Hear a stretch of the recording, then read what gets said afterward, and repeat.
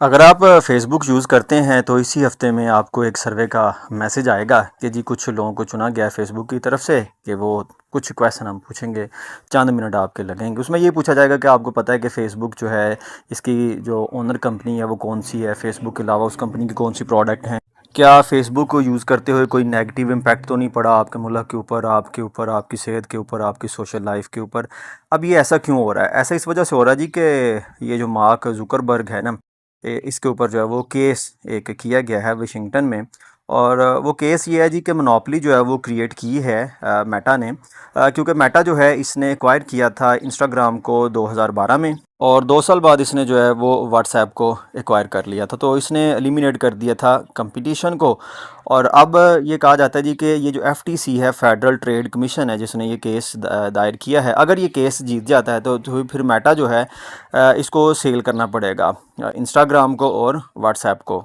और इन्हीं trade issue की वजह से अगर आप देखें तो यूएई में जो है वो व्हाट्सएप नहीं चलती, वीपीएन लगा के चलानी पड़ती है, क्योंकि उनके अगर इसको वो इजाज़त देते हैं तो उनकी अपनी जो टेलीकम्युनिकेशन की इंडस्ट्री है वो बैठ जाती है। और मेटा का जो है वो ये दावा जी कि फ़ेसबुक ने जब इंस्टाग्राम को एक्वायर किया कोई आज से 13 साल पहले, तो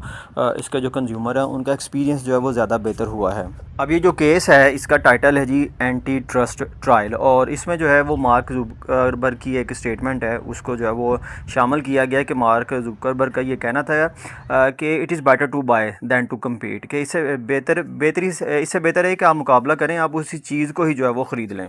मुकाबले से बेहतर है कि आप अपने मुखालफ को ही ख़रीद लें।